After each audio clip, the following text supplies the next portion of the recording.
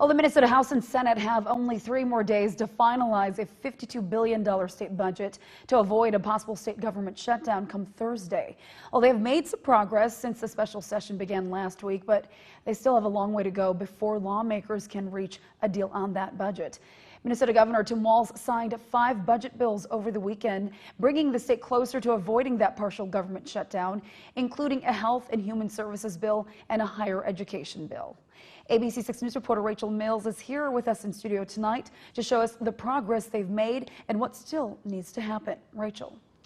Laura, well, one major bill that was not included in the bill signed over the weekend was the public safety bill, which includes statewide police reform measures. It's been one of the most debated issues this session after the deaths of George Floyd and Daunte Wright, of course, at the hands of law enforcement. Lawmakers have announced they finally reached a deal on police reform, and the House will vote on that bill Tuesday, though not everyone is satisfied. It takes 2 bodies of the legislature to forward legislation to the governor.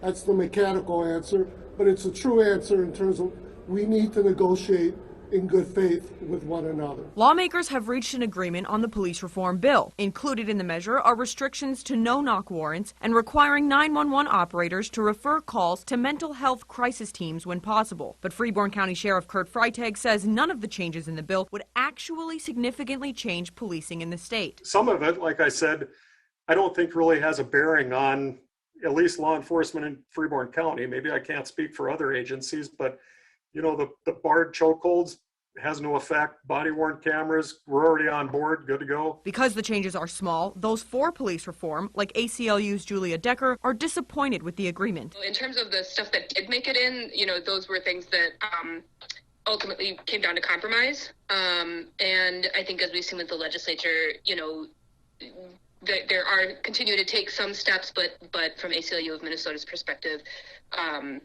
you know, there's a lot more work that needs to be done in terms of really actual systems change around policing. Sheriff Freitag hopes to see legislation on police reform have a statewide impact, meaning rules made for the Twin Cities aren't the same for greater Minnesota. You know, the style of policing that goes on up in the metro and the metro counties is obviously different than how we police down here. Down here, we're coaches, we're neighbors, we go to church together.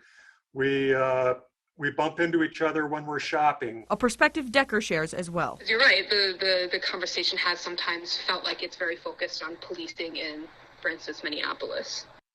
Well, again, the House and Senate must pass the state budget measures, and Governor Walz must sign them before midnight on Thursday, June 30th, to avoid a state partial government shutdown. So far, 7 of 14 state budget bills have been signed, and Governor Walz says this is progress, and it's time for the legislature to finish the job. Laura.